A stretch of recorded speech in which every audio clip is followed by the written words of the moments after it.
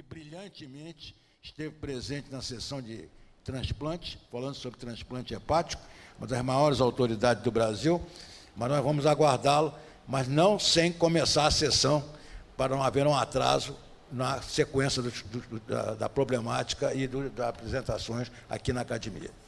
De modo que, com a palavra, eu passo a palavra ao doutor Fernando Ponce Leon, que é cirurgião atuante no momento, está no Hospital Clementino Fraga Filho. Ele vai apresentar o caso, depois nós vamos, evidentemente, seria o relator discutindo as hipóteses diagnósticas, mas não, se ele se atrasar ou chegar mais tardiamente, nós passaremos a palavra para os eminentes acadêmicos que, com toda certeza, poderão fazer as hipóteses diagnósticas antes de nós passarmos ao diagnóstico final. Então, quero agradecer a presença de todos, desde já, e vou passar a palavra, então, ao doutor Fernando Ponce Leon. Muito bem. Nesse momento, nós temos aqui o organizador, nosso professor acadêmico, José Manuel Jansen, que é professor reconhecido no nosso Hospital Universitário Pedro Ernesto, brilhante acadêmico, e é um dos incentivadores dessas sessões. De modo que eu vou dar a palavra a ele para fazer realmente a abertura, após as minhas palavras, simples, da sessão de hoje. Senhores, esse tipo de sessão já há muitos anos ocorre na academia. E ele só ocorre porque vários acadêmicos se dispõem a colaborar e organizar temas específicos de suas especialidades. Um deles, certamente, é o acadêmico Orlando Marques Vieira. É preciso lembrar isso, porque ele é um dos mais assíduos aqui nessa coordenação. O doutor Orlando é uma pessoa de trajetória conhecida, longa trajetória. Vejamos esses cabelos negros, que corroboram essa atividade sempre muito atenta, persistente e profícua na universidade e na academia. De modo que essa é uma homenagem que eu faço ao doutor Orlando, devido à sua atitude sempre positiva nessas sessões.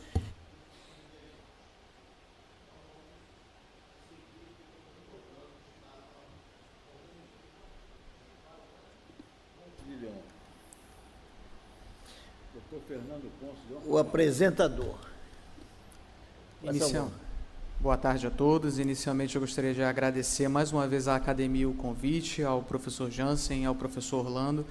É sempre uma honra poder vir novamente à casa apresentar os casos clínicos do nosso hospital e poder representar o nosso hospital e a nossa universidade com um pouquinho do que acontece no nosso dia a dia. Inicialmente, como o nosso relator ainda não chegou, ele já está ciente do caso, eu vou tentando passar o caso de uma maneira um pouquinho mais devagar, para a gente conseguir dar tempo ao tempo das coisas acontecerem. Então, vamos começar. O paciente NCS, 65 anos, pardo, natural do Recife, reside no Rio de Janeiro há 42 anos, garçom, católico. A queixa principal dele era de dor na barriga. HDA, o paciente referia que há 5 dias iniciou um quadro de uma dor abdominal de forte intensidade em epigastro, em constrição, com irradiação para dorso associada a náuseas. Referia um episódio de vômito após alimentação 3 dias atrás. Ele negava a melhora da dor com com alteração do hábito alimentar ou mudança postural. Referia uma febre não aferida a 24 horas, associada à sudorese noturna. Negava episódios de hematêmese, hematoquesia ou enterorragia. Afirmava uma melena ocasional iniciada há 2 meses. Também início de colúria com icterícia de pele, escleras e mucosas há 2 meses, com o início da colia há 1 mês, e afirmava a perda de 17 quilos nos últimos 3 meses. Então, ele era um paciente que se apresentou no nosso ambulatório Pode ser, com uma síndrome ictérica a esclarecer.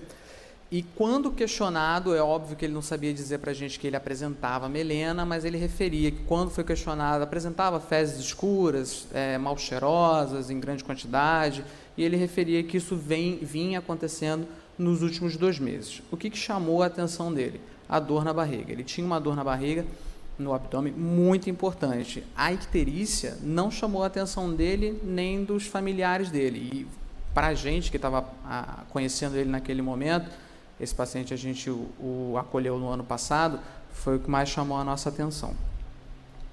Ao exame, era um paciente lúcido orientado no tempo e no espaço, hipocorado 2 cruzes em 4, desidratado 1 cruz em 4, ictérico 2 cruzes em 4, acianótico, com bom enchimento capilar, afebril, cooperativo, medindo 1,68 m e à época com 56 quilos. O exame físico do aparelho cardiovascular e do aparelho respiratório não demonstravam nenhuma alteração que chamasse muito a nossa atenção, porém, ao exame do abdômen, a gente percebeu uma peristalse presente, flácido, indolor, timpânico, com a massa palpável em hipocôndrio direito, pouco móvel, indolor, contornos regulares de aproximadamente 4 centímetros da própria massa e o curioso, com hepatimetria normal.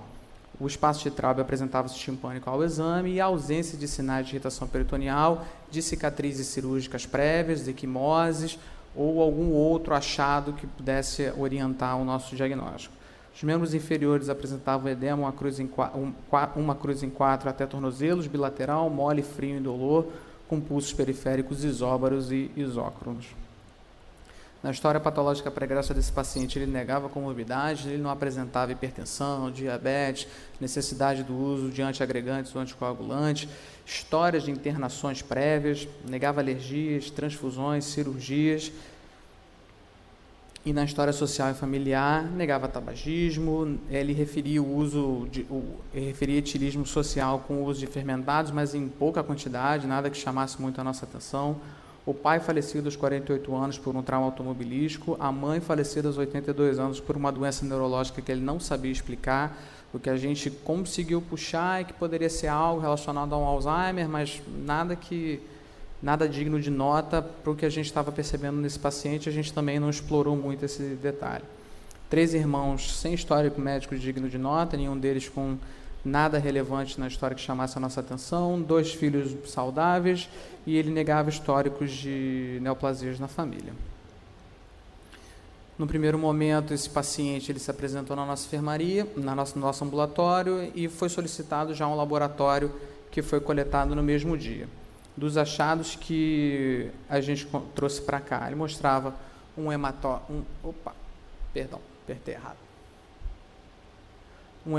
de 36,4%, um leucograma com 12.400 leucócitos, mas sem nenhuma alteração no diferencial que chamasse muita atenção, uma plaquetose no limite máximo da superioridade, dos eletrólitos, um potássio limítrofe também para superioridade, 5,1, uma creatinina limítrofe de 1,3, transaminases tocadas, 480 e 472, um aumento importante das enzimas canaliculares, principalmente da gama-GT, que se encontrava um pouco aumentada, a bilirrubina total de 4,3, com predomínio da fração direta, com 3,5, um TAP um pouco alargado, com INR de 1,98 e uma gasometria arterial sem nenhuma alteração que nos chamasse muita atenção. Agora, devido a essa síndrome ictérica, nós discutimos o caso com a preceptoria à época e decidimos pela realização de uma tomografia computadorizada de abdômen e pelve com um estudo trifásico, que eu vou mostrar para os senhores agora a fase portal, que é a mais interessante para esse caso. Pode ficar tranquilo que chegou.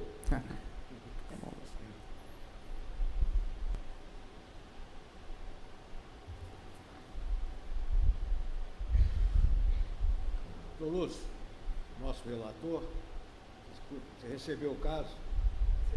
Recebeu? Você quer que repita alguma coisa, rapidamente? Quer que repita um pouquinho? Pode continuar? Então, tudo bem. Passa rapidamente, desde o início, primeira. Tudo bem. Então, revisando rapidinho, só para a gente... Rapidamente. É um paciente de 65 anos, natural do Recife, mas que reside no Rio de Janeiro, com uma dor abdominal aproximadamente... Com uma dor abdominal iniciada há 5 dias, com episódio de vômitos há 3 dias, sem alteração da dor por alguma manobra, alimentação ou medicação qualquer que seja, que referia também o aparecimento de uma síndrome ictérica com colúria e icterícia há aproximadamente 2 meses, com o início da colia há 1 mês e uma perda de 17 quilos nos últimos 3 meses. O exame físico que chamava a atenção a icterícia e uma massa palpável em hipocôndrio direito, pouco móvel, indolor, de contornos regulares de aproximadamente 4 centímetros, sem sinais de irritação peritoneal, sem alterações do aparelho cardiovascular ou respiratório. Na história patológica pregressa, na história social e familiar, nada que chamasse muita atenção, e no laboratório o que chama a atenção dos nossos olhos é as transaminases um pouco aumentadas, a creatinina um pouco tocada, as enzimas canaliculares aumentadas, a bilirrubina total aumentada com predomínio da fração direta e um INR de 1,98 associado a um autócrito de 36. Aí agora a gente vai dar uma olhada na tomografia com um pouquinho mais de calma. Em vista desse quadro, foi então solicitado estudo de imagenologia, que você vai apresentar agora. Isso, exatamente. Qual o primeiro? Inicialmente foi solicitada a tomografia computadorizada de abdômen e pelve, e a partir daí a gente continua a investigação.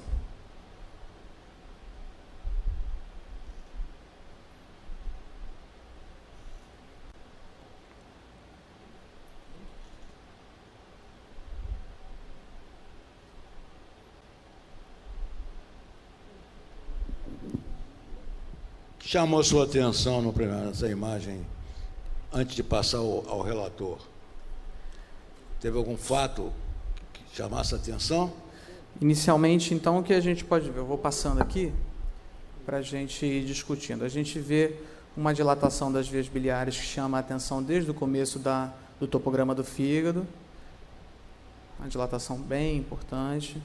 E aí a gente vê uma vesícula biliar bem distendida, a vesícula biliar aqui bem distendida, e o que a gente vê é uma dilatação muito importante do duto hepático comum se estendendo até o colédoco, associado a num primeiro momento que a gente não sabia, uma massa, uma tumoração, um edema em topografia de cabeça pancreática, com o restante do pâncreas, a princípio, sem chamar muito a nossa atenção. Ao final dessa tomografia, eu não botei a tomografia toda aqui, porque ela tem quase 700 cortes, mas, não tinha líquido livre na cavidade, não apresentava linfadenomegalias em região pélvica ou retroperitoneal que chamassem a nossa atenção, não tinha nenhuma outra alteração em nenhum outro órgão que pudesse chamar um diagnóstico diferente do que a gente estava avaliando no exame físico. Essa síndrome ictérica associada a essa síndrome consumptiva, esses exames de laboratório associados a essa tomografia, foi decidido então pela realização de uma colangiopancreatografia retrógrada endoscópica. Foi feita uma CPRE. Nessa CPRE, deixa eu só terminar de passar a tomografia.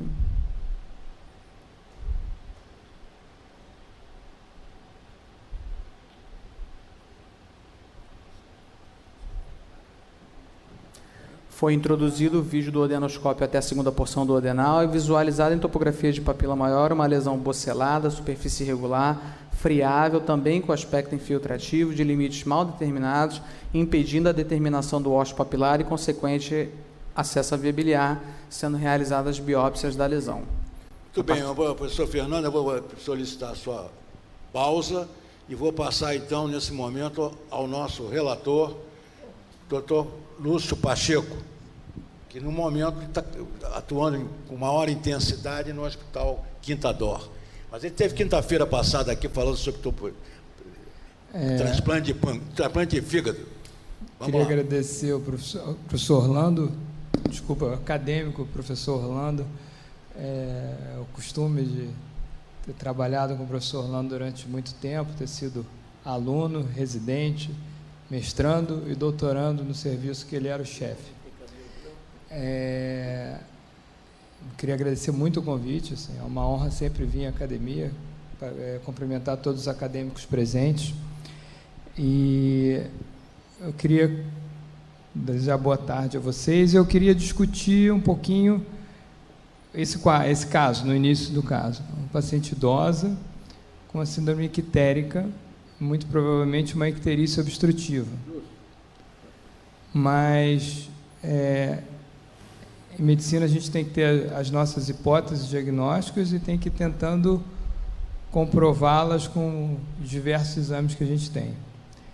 No exame clínico dessa doente, o que chamava atenção era uma história de emagrecimento, que nos leva a pensar na doença neoplásica, mas também a gente tem vários pacientes com quadros infecciosos crônicos que também apresentam emagrecimento importante. E quando a gente está falando de doença de via biliar, tem algumas doenças, como colangite de repetição, colicite aguda, abscesso de vesícula, que também nos levam a pensar assim, que podem causar um emagrecimento no paciente. Então, o paciente tem uma síndrome ictérica com emagrecimento importante na história. E no exame físico, uma vesícula palpável. A vesícula de Courvoisier-Terrier é um epônimo de vesícula palpável que acontece nas icterícias obstrutivas abaixo do ducto cístico. Então, da entrada do ducto cístico no colédoco até a papila, são os locais onde tem doença que vão provocar um aumento da vesícula no exame físico, na maioria das vezes, a vesícula palpável. Na maioria das vezes, quando a vesícula é palpável e indolor, nos leva a pensar numa doença neoplásica. As doenças benignas que causam vesícula palpável, que é a colicistite aguda, um abscesso de vesícula, na maioria das vezes, a vesícula é muito dolorosa no exame físico. Então, no exame físico, o que chama a atenção, a paciente ictérica, emagrecida, consumida, com vesícula palpável e indolor, que nos faz pensar em doença neoplásica. O exame escolhido, nos exames laboratoriais escolhidos que avaliam função hepática, muito raramente uma hepatite aguda pode simular um quadro parecido com esse, mas assim, aqueles níveis de transaminase em torno de 400, 300, são compatíveis com doença obstrutiva. Então, assim, não falam a favor de uma doença que causa lesão do hepatócito, uma hepatite aguda. E aquele valor de bilirrubina é um valor baixo para a icterícia obstrutiva, um valor de 4,3 é um valor baixo. Na maioria das doenças neoplásicas, a bilirrubina está acima de 10. Então, existe uma patologia de doença neoplásica que vai da entrada do ducto cístico até a papila, que faz com que o nível de bilirrubina varie, que é o tumor de papila, porque é um tumor que cresce, necrosa, e o doente tem icterícia flutuante. Então, isso faz a gente pensar na possibilidade de um tumor de papila. Os médicos que acompanhavam a paciente, o doutor Fernando, optou pelo primeiro exame de imagem ser uma tomografia, porque ajuda muito no diagnóstico, uma vez que o pâncreas o tumor de pâncreas é um dos diagnósticos diferenciais que a gente tem que fazer nesse quadro. E na maioria das vezes o ultrassom vê mal o pâncreas. Então, optar por um primeiro exame de imagem sem a tomografia, acho que foi excelente, que mostrou uma dilatação de via biliar, que vai até a papila. Se vocês olharem a porção do colédoco dentro da cabeça do pâncreas, ali, ali é o colédoco.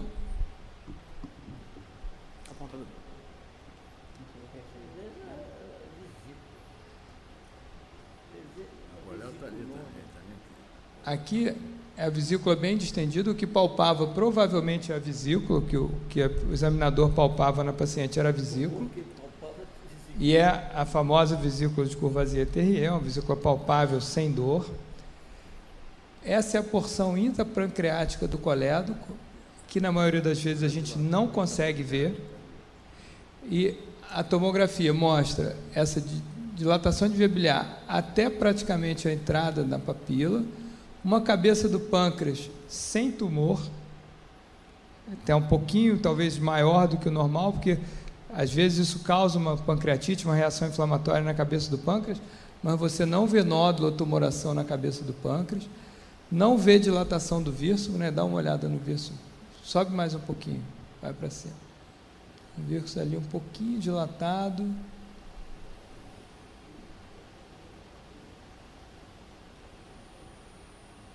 Não tem uma dilatação grande. Não tem dilatação do vírus.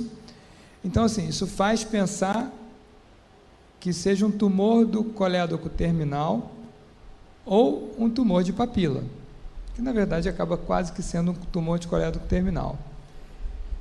Eu discordo de CPR para essa doente. CPR é uma colangiopancreatografia endoscópica retrógrada, porque você vai manipular a via biliar. Na maioria das vezes, esses doentes, se você depois não drenar a via biliar, ele vai fazer um quadro de colangite, e que vai retardar o tratamento do paciente. Hoje em dia, a gente dispõe no armamentário de imagem, se você está querendo investigar melhor a imagem da via biliar ou do pâncreas, de pensar numa colangiorressonância, que vai te desenhar a árvore biliar bem até a papila, só não vai fazer um diagnóstico de tumor. Nesse caso, a gente já consegue ter uma noção boa de como está a árvore biliar, sem precisar mesmo da colangiorressonância. A colangiorressonância talvez ajudaria para diferenciar de um tumor de colédoco terminal ao invés de um tumor de papila. Ou, às vezes, até cálculo. Às vezes, em medicina, a gente se surpreende, um cálculo. Então, assim, talvez uma colangiorressonância para afastar um tumor de colédoco terminal e cálculo fosse interessante. E se a colangiorressonância fosse normal, não tivesse nenhum cálculo impactado em papila e nenhum tumor de colédoco terminal, uma endoscopia com visão lateral, sem injetar contraste na via biliar. Eu sou muito contrário a tentar fazer uma CPR ou uma drenagem de via biliar antes de você ter um diagnóstico e de propor um tratamento para o paciente. E aí foi feito uma endoscopia que viu a papila e viu o tumor na papila. A endoscopia normal não vê a papila. Se você pedir uma endoscopia pura e simplesmente para o paciente, vai no endoscopista e faz uma endoscopia digestiva alta. Ele vai colocar um endoscópio com visão frontal, vai passar direto pela papila e não vai ver tumor. O endoscópico, para investigar tumor de papila, tem que ser um endoscópio com visão lateral, que é quando você consegue ver a papila e, se identificar um tumor, pensar na biópsia da papila.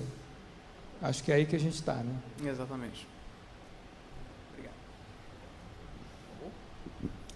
Você quer fazer, antes de terminar, alguma hipótese diagnóstica mais compatível com o caso, ou você prefere... Eu acho gostaria que ele o relator viu... fizesse primeiro as hipóteses prováveis que ele tem de diagnóstico, para depois nós passarmos a discussão aos nossos ilustres acadêmicos que estão aqui presentes, e depois também a assistência, se quiser. A endoscopia viu um tumor de papila. Solicitar algum esclarecimento, mas antes de mais nada, fica bem claro, gostaria que você só acentuasse a colangiopancreatografia retrógrada. Ela foi bem indicada, não indicaria absolutamente de modo algum, ou você tentaria simplesmente, como foi feito, olhou a papila, deixou e não fez nenhum tipo de utilização. Como você se comporta nessa indicação? Não indicaria, ou indicaria como foi indicado, e como é que você se comportaria? Eu não indicaria a colangio retrógrada. Eu não indicaria. Não indicaria. Indicaria o que foi feito, foi a endoscopia com visão lateral, via papila e biopsiaria a papila. Na apresentação já tem o diagnóstico de tumor de papila. O tumor de papila mais comum é um adenocarcinoma de papila, mas, por vezes, você surpreende com diagnósticos mais raros, como um tumor neuroendócrino, como um carcinoide, que faz parte dos tumores neuroendócrinos, um carcinoide de papila, que são tumores com prognóstico ainda um pouco melhores e que te possibilitam outras possibilidades terapêuticas que não uma cirurgia muito radical. Muito bem. Conclusão. Hipótese diagnóstica mais provável. Adenocarcinoma de papila. Muito bem. Então, o relator conclui que a hipótese mais provável, no caso, é um adenocarcinoma de papila e colocaria em discussão a presença dos senhores acadêmicos. Então, temos aqui gastroenterologista já atuando, e poderão opinar não só sobre o diagnóstico, como também com a conclusão do relator.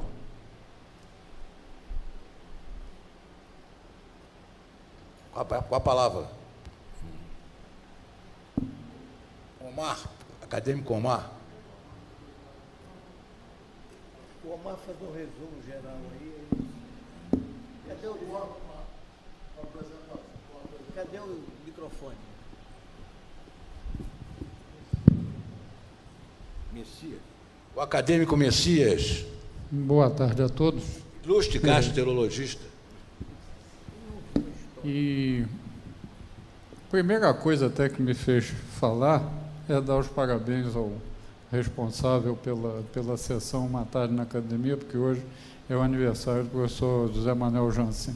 Apesar de no Maranhão haver uma controvérsia entre a data de 8 ou de 2 de junho.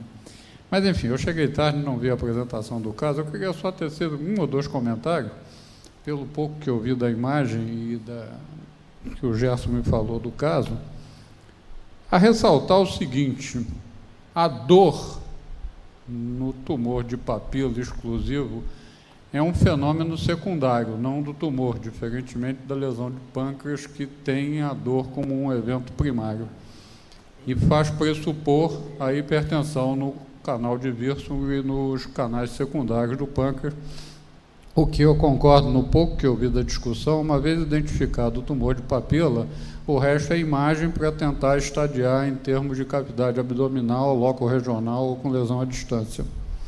O único reparo que eu faço, e é de natureza técnica, sem entrar muito na discussão do caso em si, pelo pouco que eu vi, é muito óbvio dessa maneira, é que a endoscopia de visão frontal, ela vê a papila, ela não consegue progredir no que hoje se sabe a melhor investigação, que é a cateterização do ósteo do orifício do canal e da própria papila para fazer os procedimentos, tanto para a via biliar como para o canal de Wilson. Mas a visualização da papila, mesmo aquela intradiverticulares, que é razoavelmente comum de nós encontrarmos, ela, na maioria das vezes, é muito simples. Até eu imagino, numa lesão como essa, com um doente ictérico, a endoscopia normal, em que o endoscopista tem quase que obrigação de chegar à segunda porção do adenal, o que não é muito difícil, ver o tumor e provavelmente biopsiá-lo, ele conseguiria. Se quisesse progredir para outra coisa, ele tinha que pegar o endoscópio com a visão lateral para poder canalizar a papila. Desculpe não avançar muito nos comentários sobre o caso, porque quando eu cheguei já estava na fase final da discussão. E, mais uma vez, parabéns ao coordenador da sessão. Olha aqui o presidente. Chegou o nosso presidente da academia, o acadêmico Francisco Sampaio, chegando de viagem, deve estar muito mais, né? Chegou junto com o Sagres, navio escola, veio no navio escola, junto com o presidente de Portugal, às vezes vem de carona, né? Muito parabéns, hein? Vamos, então, continuar em discussão.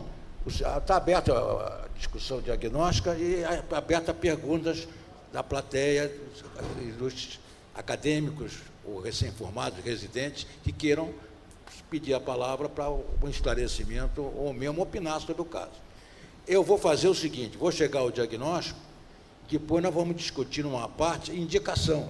esse doente tem indicação cirúrgica ou não tem indicação cirúrgica. Isso é outro assunto que precisa ser discutido. Então, estão com a palavra se alguém... Deixa a cadeira. Não querem. Já cadê a palavra? Vamos lá.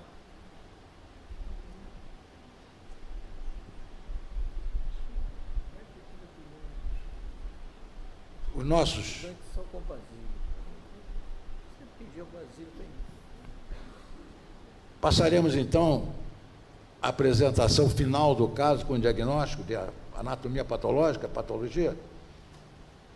Com a palavra o professor Basílio, ele vai passar... Deixa eu primeiro passar, então, o que foi feito, e aí a gente mostra a macro e a microscopia. Com a palavra, professor doutor Fernando. Dentro do que foi demonstrado, então, o caso foi discutido em sessão cirúrgica no nosso serviço, e como o paciente ele apresentava-se bem nutrido, sem comemorativos infecciosos, e com uma lesão que não apresentava nenhuma contraindicação à ressecção cirúrgica, foi proposta a duodeno-pancreatectomia para a resolução do caso.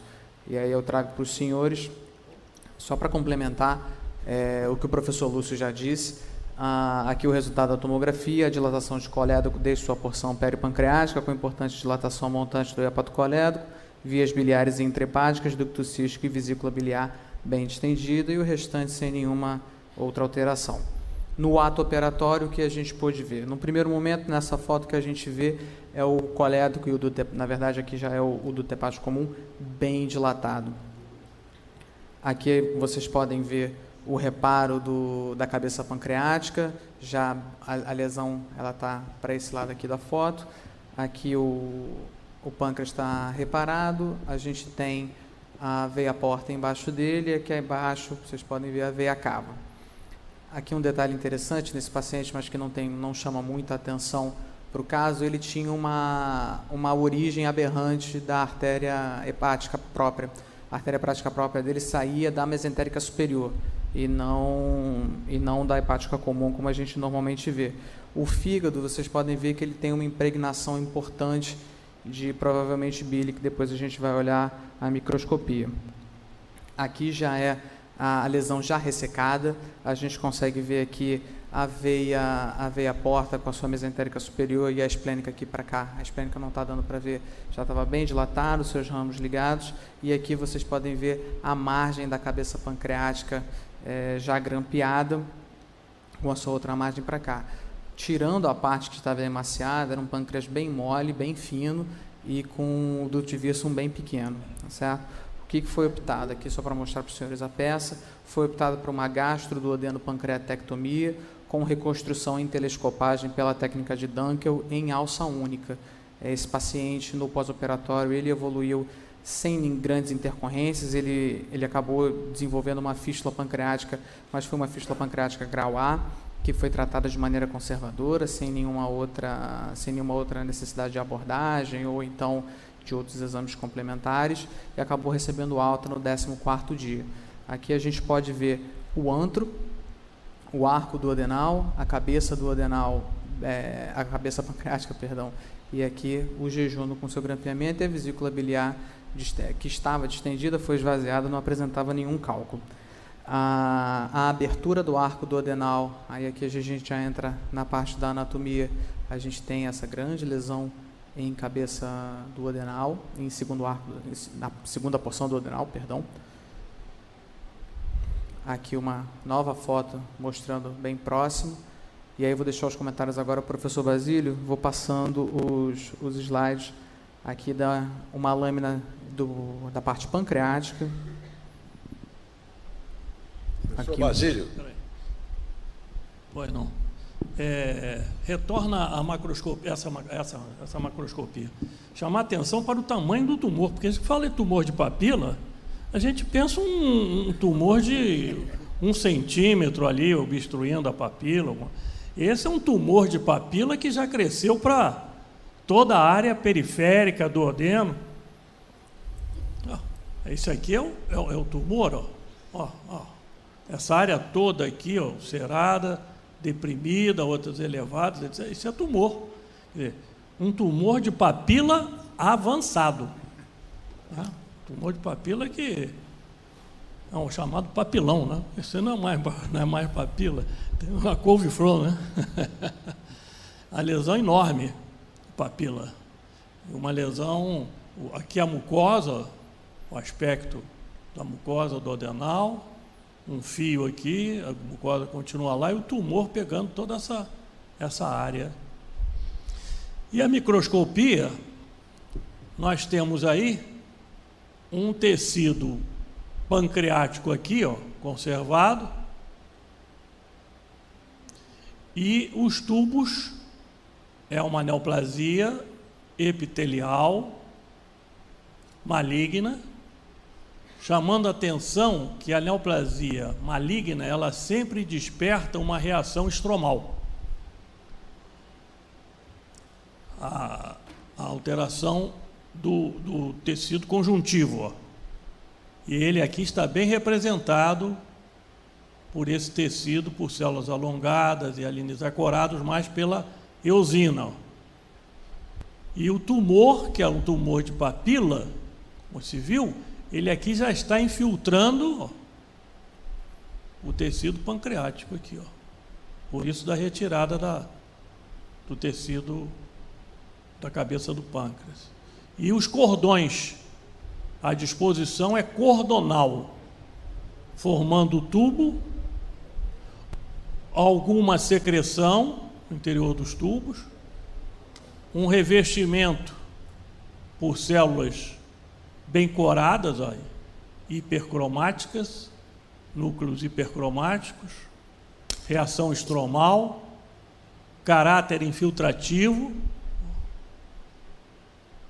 tubular, com produção de muco. Deve-se salientar que esse laudo foi realizado lá pelo Serviço de Anatomia Patológica do Hospital Clementino Fraga Filho e, naturalmente, foi realizado pela professora Vera Chagas, que cedeu essas... Não é isso? Ela gentilmente ajudou a gente a fazer toda essa apresentação. Foi ela a patologista responsável pelo caso. Foi ela que preparou esses slides para a gente também. Tá certo, perfeitamente. Tem que fazer menção ao patologista que colaborou na apresentação. Tem outra foto? Tem várias. Tem várias, olha aí. Aqui, Bastante coisa aí. uma outra característica que chama atenção, que define bem a malignidade, é o chamado tubo secundário. Ó. O tumor maligno sempre brota um outro tubo do primeiro. Ó. Então tem essa característica do tubo secundário. Maior quantidade de secreção, portanto, está não só pelo tipo da célula cilíndrica alta, como pela produção do material coletado nesses espaços, que se trata de um adenocarcinoma. E um adenocarcinoma que não tem, por exemplo, ele não é indiferenciado. Se fosse um adenocarcinoma indiferenciado, nós teríamos uma outra característica aí, que seria a célula em anel de Sinnett. Aqui não se tem célula em anel de Sinnett. Os tubos são bem diferentes. Todos reconhecem aqui a estrutura tubular, ó. Então é um tumor moderadamente diferenciado. É intermediário. Tem o diferenciado, o pouco diferenciado e o moderadamente diferenciado. Não pode deixar ali, pode voltar. Aqui, este aumento aqui é menor aumento do que esse. Ó. Aqui tem-se uma visão panorâmica, com uma outra característica que tem nessa área, que é um esboço de papilazinho, ó. Lembrando, querendo dar uma conformação papilífera ao tumor que não se vê aqui. Aqui as células estão mais ou menos não achatadas, porque elas são cilíndricas, né? Mas elas não têm uma expansão papilífera como é observado aqui, ó. Tudo isso aqui é tumor, ó. Aqui não tem nada que não seja tumor, como também aqui. O componente epitelial e o componente estromal desmoplásico. A neoplasia desperta a reação desmoplásica. Sem infiltrado inflamatório, com um outro fato importante que deve ser relatado na neoplasia. Não tem necrose. Não se vê necrose. Quer dizer, o tumor estava crescendo, mas não crescendo de uma forma muito rápida, porque senão ele teria áreas, pelo menos aqui não se vê necrose. Daí a característica dele de ser uma neoplasia moderadamente diferenciada. Adenocarcinoma moderadamente diferenciado, infiltrante, sem necrose. Esses tumores, tanto pâncreas como de papila, eles têm um outro fato que lhe é de costume, que é a infiltração neural. Ele faz uma invasão vascular perineural. Pega o linfático da bainha dos nervos. E aí ele se dissemina para os linfonodos. Não sei se houve contagem de linfonodo, teve caracterização, teve presença de linfonodo comprometido? Vai aparecer adiante isso? Vai aparecer então, adiante. Pode passar. Bem, aqui se vê que é uma estrutura que tem uma luz.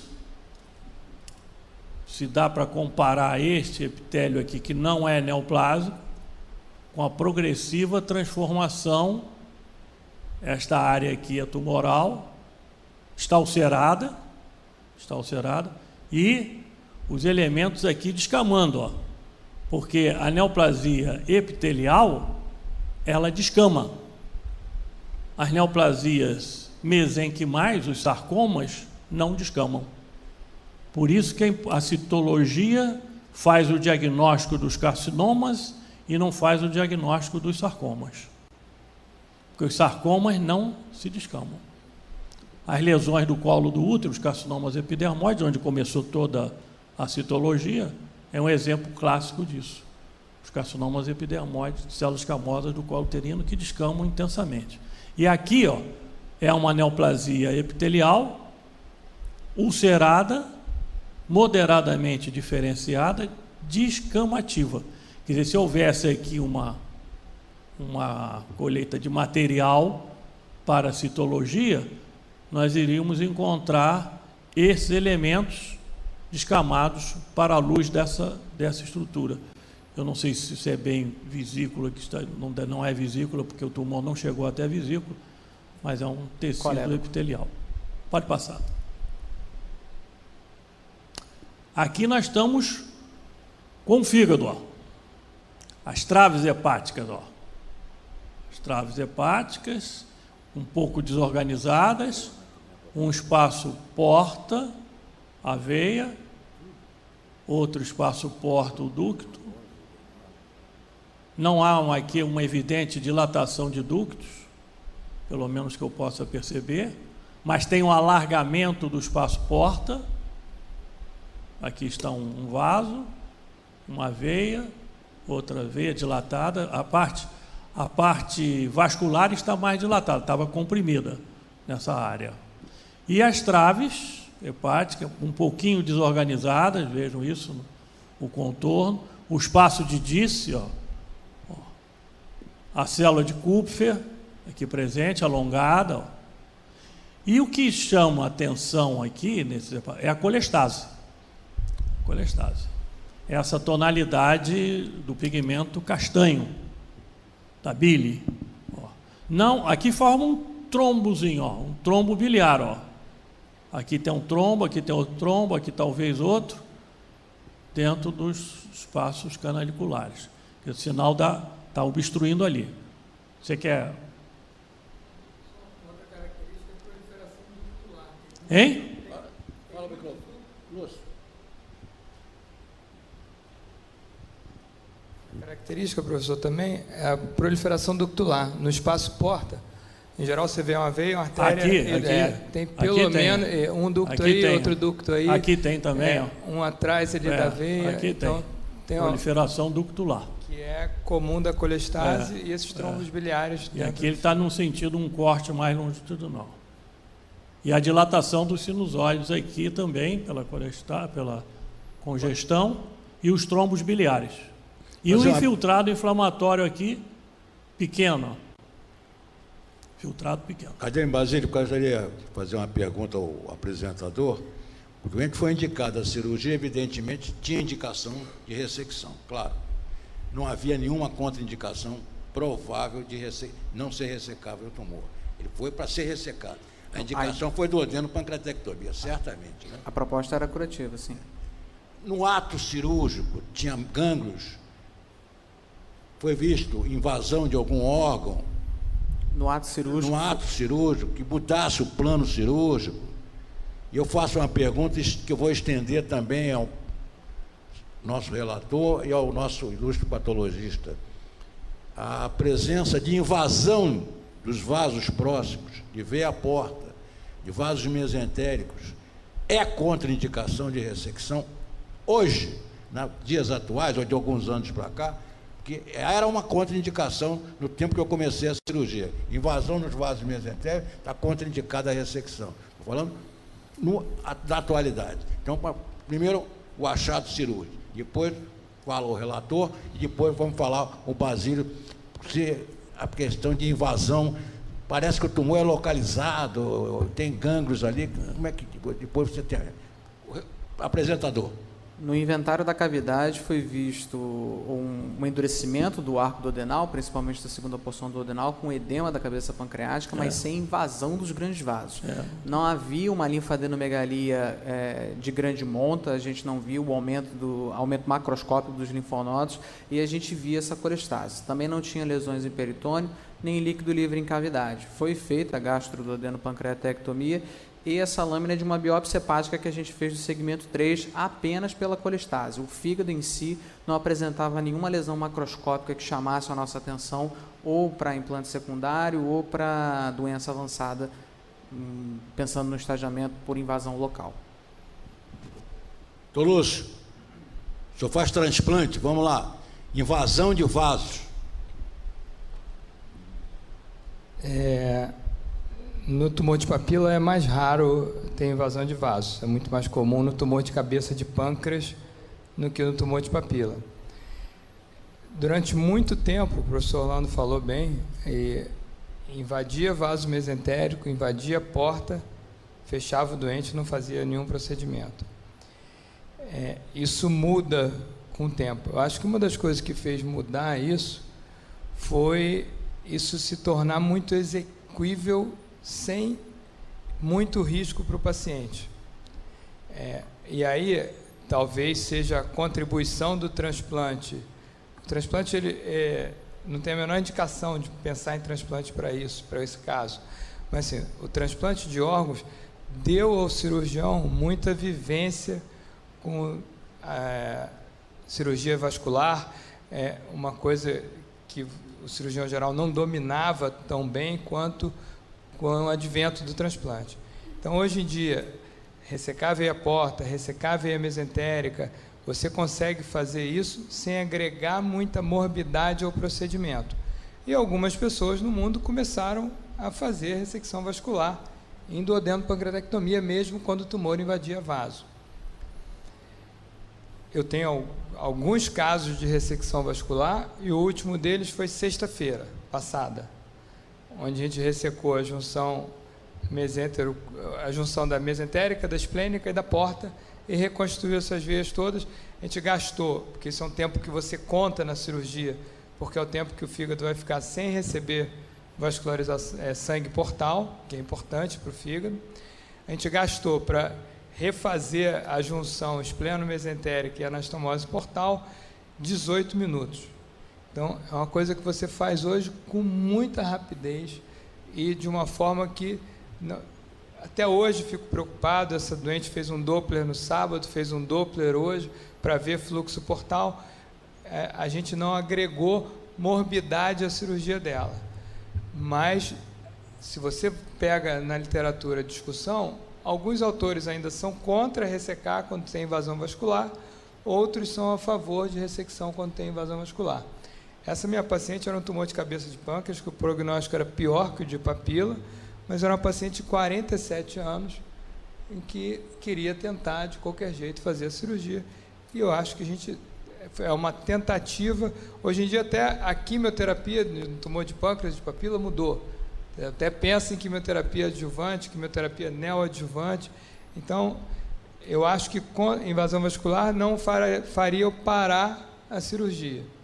Metástase hepática é uma coisa que, hoje em dia, para tumor de pâncreas, só um autor japonês, ou um ou dois, escrevem que tem que ressecar.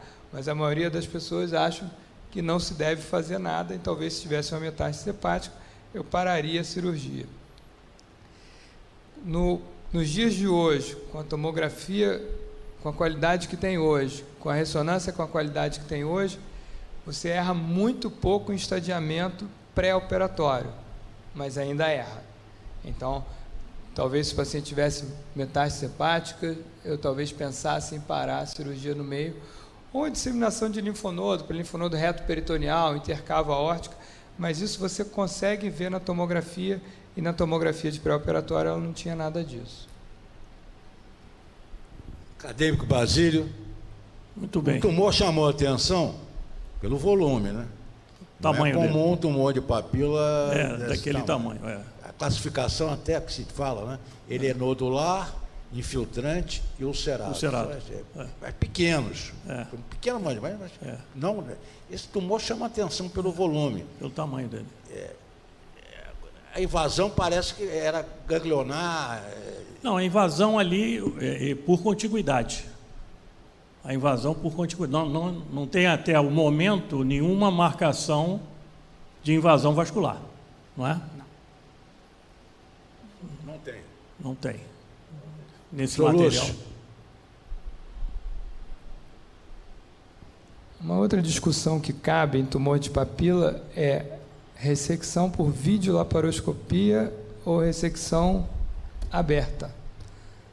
E eu acho que isso é uma indicação, é uma discussão que pode ter sempre. Eu lembro da videolaparoscopia começando. Eu tive essa honra de ver a videolaparoscopia começando no Rio de Janeiro, quando estava no final da faculdade de medicina. E eu hoje opero mais fígado do que pâncreas. E toda vez que eu vejo um tumor de fígado, a gente se pergunta na equipe, na reunião, para discutir o caso, se tem indicação de fazer por vídeo ou não. Eu acho que num tumor de papila, isso é uma discussão que cabe. Fazer por vídeo ou não, ainda dá um passo além. Fazer por robô ou não. Eu acho que isso é uma discussão que nos dias de hoje cabe, é bem atual, e eu acho que sempre quando você vê um caso como esse, você tem que, pelo menos, pensar nessas possibilidades.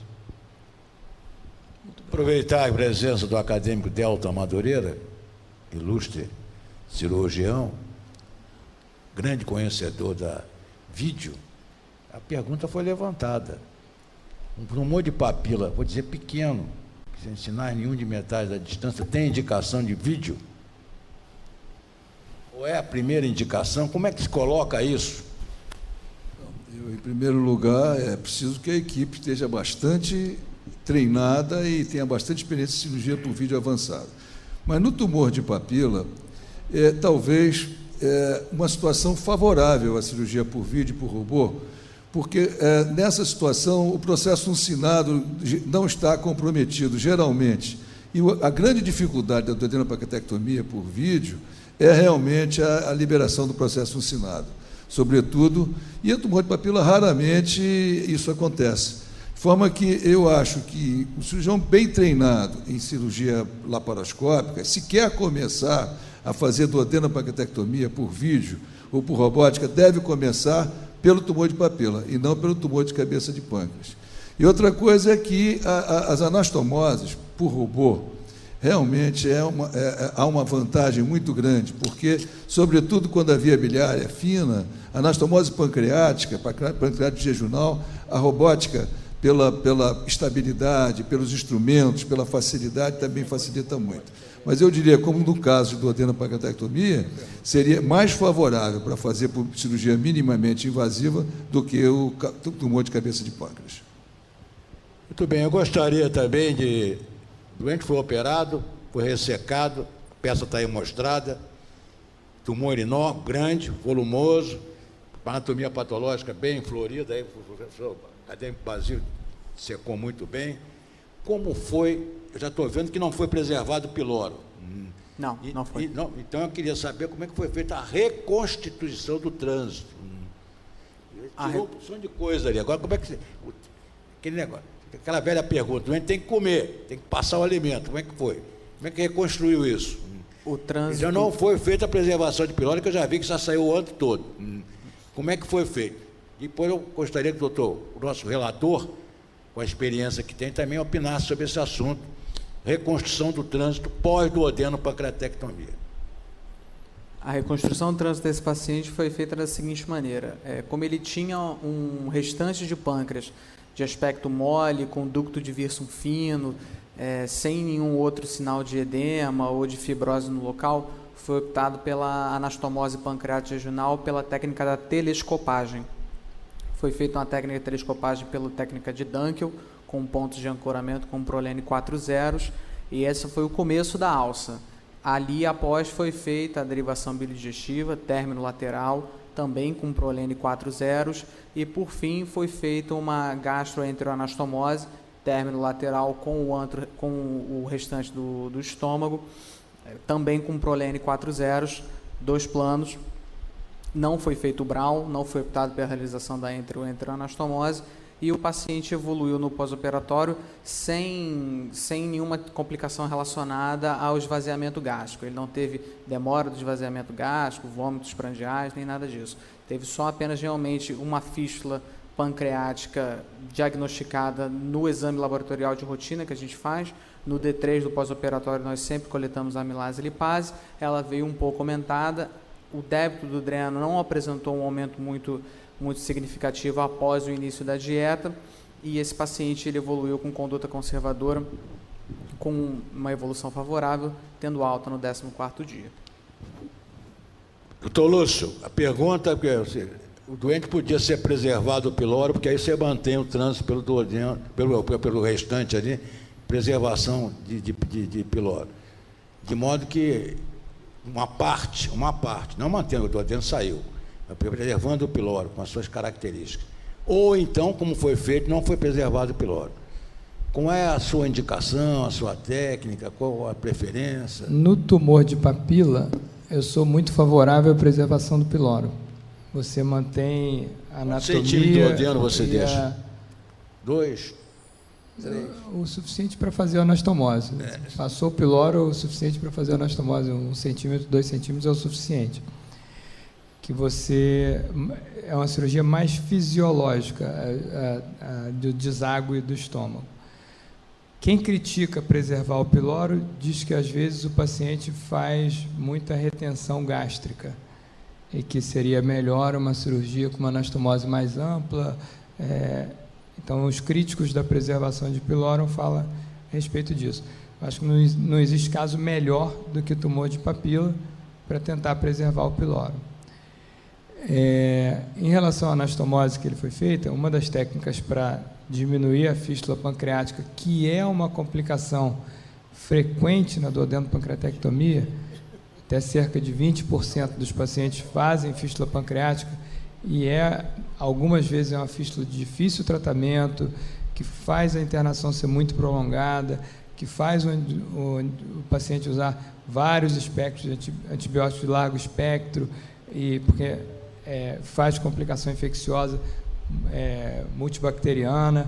Então, é uma complicação mórbida para o paciente, a fístula pancreática. Então, num pâncreas mole com ducto de Wirsum fino, técnica de teleoscopagem, que é você colocar o pâncreas dentro da alça jejunal, é uma coisa que diminui um pouco a fístula pancreática. E depois ele seguiu com a mesma alça, fez todas as anastomoses. Então, não tem indicação muito de fazer entero-entero nessa alça única. Não fez nenhum Y de Roux só para o estômago. Eu acho que é isso. A minha preferência no tumor de papila é preservar o pilório, mas existem críticos de preservar o pilório e que dizem que a retenção gástrica, o doente pode fazer distensão gástrica no pós-operatório, isso é difícil da contratilidade gástrica voltar ao normal, que prefere uma cirurgia com uma drenagem mais ampla do estômago. Muito bem. Então, aberta alguma pergunta, professor acadêmico Omar, da Rosa Santos. Ilustre acadêmico. Uma pergunta simples. Quando esse doente foi internado, operado, em que época? Setembro do ano passado. E o que aconteceu daí para cá? Após no pós-operatório, ele foi encaminhado. Na verdade, ele já tinha sido discutido junto com a oncologia. E aí a gente continuou o tratamento dele, ele fez quimioterapia, fez, se eu não me engano, 6 a 8 ciclos de FOLFIRINOX e vem evoluindo bem no pós-operatório. Eu vi mês passado, assintomático, sem sinais recidivos de doença, se alimentando bem e reganhou o peso dele. Prognosticamente, o que se espera? No tumor de papila, na verdade, a gente tem um prognóstico um pouco melhor que no restante dos tumores de cabeça de pâncreas. A gente acredita que ele vai ter uma sobrevida dentro de 5 anos um pouco melhor do que as outras patologias, uma porcentagem um pouco melhor, sem dúvida nenhuma. Obrigado. Mais alguma pergunta? Sim. Professor acadêmico Messias. Uma curiosidade de clínico. Nesse caso, não tem a menor dúvida, como a gente brincou aqui com o acadêmico Basílio, isso é uma couve-flor na papila, não é um tumor, né? Mas existem tumores nodulares, que são até os mais habitualmente vistos, que são menores. Existe algum lugar para cirurgia um pouco menos agressivas do que uma duodenopancreatectomia para esses casos nodulares pequenos e, eventualmente, até ainda nictéricos? Eu vou acrescentar a pergunta do acadêmico Messias, que é muito bom, muito interessante. Existe alguma indicação para se fazer somente a papilectomia? Em algum caso, você só vai se ressecar a papila, só a ressecção da papila com o tumor. Então, eu queria concluir também, a pergunta foi feita ao apresentador, mas eu gostaria de deixar isso em discussão. Tumor muito pequeno, papilectomia. Estão descritas as ampulectomias, né? Pode ser ampulectomia. Ampulectomia, papilectomia, nodulectomia para lesões muito pequenas. Mas essas lesões muito pequenas, na grande maioria das vezes, elas não, pelo menos aqui no Ocidente, a gente não tem muito sintoma. É um paciente que tem essa lesão, mas não sabe que tem. Então, são situações bem peculiares, que acaba sendo de paciente para paciente, de colega para colega. Eu, particularmente, nunca vi nenhum caso de uma ressecção apenas da ampola ou da lesão. Normalmente, quando tem uma lesão desse tipo, com essa sintomatologia, o colega acaba optando pela duodenopancreatectomia, e aí a gente pode entrar no que o professor Lúcio disse, na cirurgia minimamente invasiva, nas diversas técnicas de reconstrução, aquilo que for melhor e mais fisiológico para o paciente, sem dúvida nenhuma. Mas respondendo ao senhor, professor, nodulectomia, eu sinceramente não me vem à cabeça nenhuma patologia específica que indicaria apenas a ressecção dessa lesão. Apenas displasia de alto grau, talvez, algo desse tipo. Doutor Lúcio, vou estender a pergunta ao acadêmico Delta. Eu posso... Ampulectomia em caso de tumores bem localizados. Eu só operei um caso de papilectomia, quem me ajudou foi o professor Orlando. Saiu bem?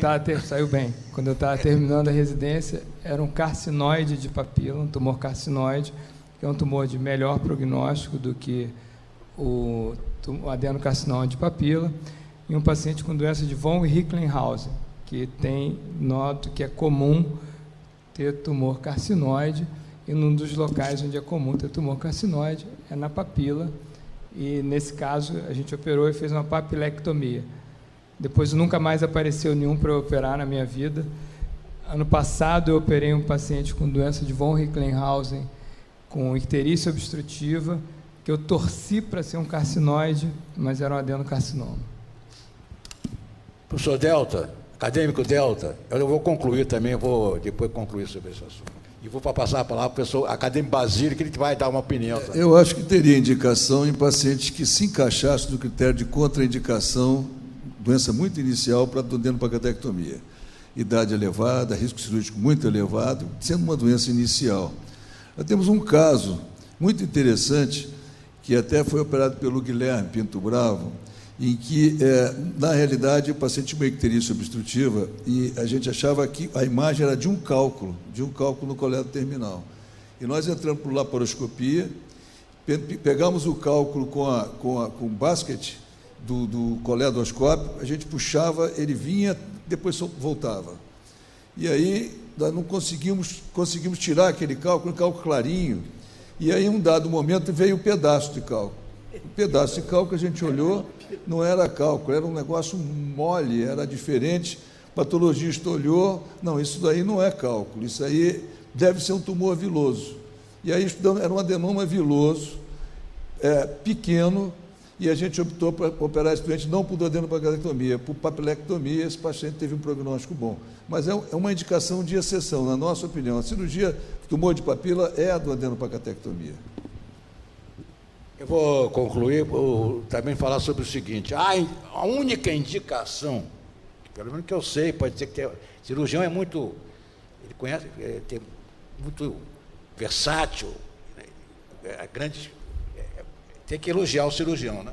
Claro. Acontece, a única indicação para fazer ampolectomia em tumor é carcinoide localizado. Única indicação. E é difícil fazer o diagnóstico pré-operatório de carcinoide, mas é o único caso em que existe indicação de uma ampolectomia. Só tirar a papila, quando o diagnóstico é carcinoide. É o caso que o doutor Lúcio falou, que entrou comigo, que realmente coisa achada, raríssima, que é um carcinoide de papila. Então, não está indicada a duodenopancreatectomia, pode-se fazer somente a ressecção da ampola, que o tumor é ali localizado.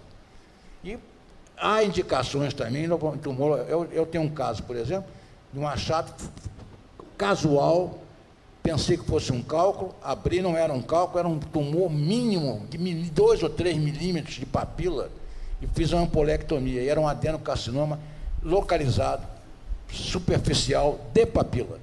Eu sei que acompanhei esse caso, que é mãe de uma enfermeira, e viveu vários anos, pelo menos, que eu soube, com um prognóstico muito bom por esse caso. Mas isso é um achado fortuito, ocasional sobre o assunto.